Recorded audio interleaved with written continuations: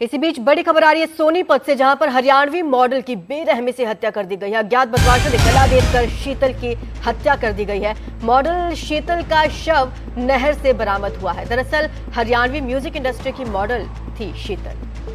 मामले की जांच में सोनीपत पुलिस जुटी हुई है और इस पूरे मामले में कहा जा रहा है कि बहुत जल्द पुलिस जानकारी भी देगी, खुलासा भी हो सकता है कि हत्या किसने की है।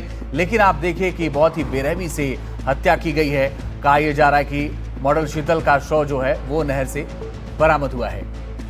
और इस बीच पूरे मामले की जांच में पुलिस जुटी हुई है। पुलिस का क्या कुछ कहना है वो भी सुनाते हैं।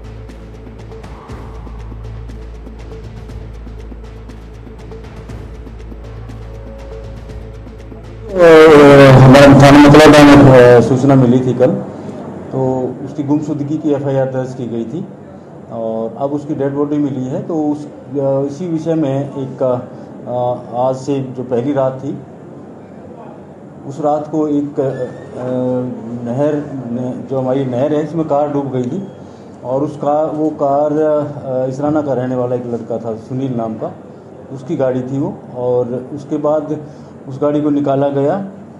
जो लड़का था उसमें, जो ड्राइवर उसको चला रहा था, वो तैर के बच गया था। तो अब ये पता लगा है इसमें कि ये इसी गाड़ी में ये लड़की थी, ये लड़का इसको लेके गया हुआ था। इसी ने इसका हो सकता है इसने हत्या की हो, क्योंकि उसको चोटें हैं। तो हत्या की संभावना से इनकार नहीं किया जा सकता। अभी पोस्टमार्टम करवा रहे हैं, वो खरखोदों में डेड बॉडी बरामद हुई, वहाँ पर उसका पोस्टमार्टम होगा। उसके बाद पोस्टमार्टम की रिपोर्ट आएगी। तो इस गाड़ी से इस मामले को जोड़कर देखा जा रहा है, क्योंकि शिकायतकर्ता जो था उन्होंने भी यही बातें बताई हैं। तो एफआईआर ज्यादा जानकारी के लिए हमारे सहयोगी जुड़ रहे हैं हमारे साथ, गुरप्रीत छीना। गुरप्रीत, परिजनों से कोई बात हो पाई? किसी पर कोई शक जताया है उन्होंने?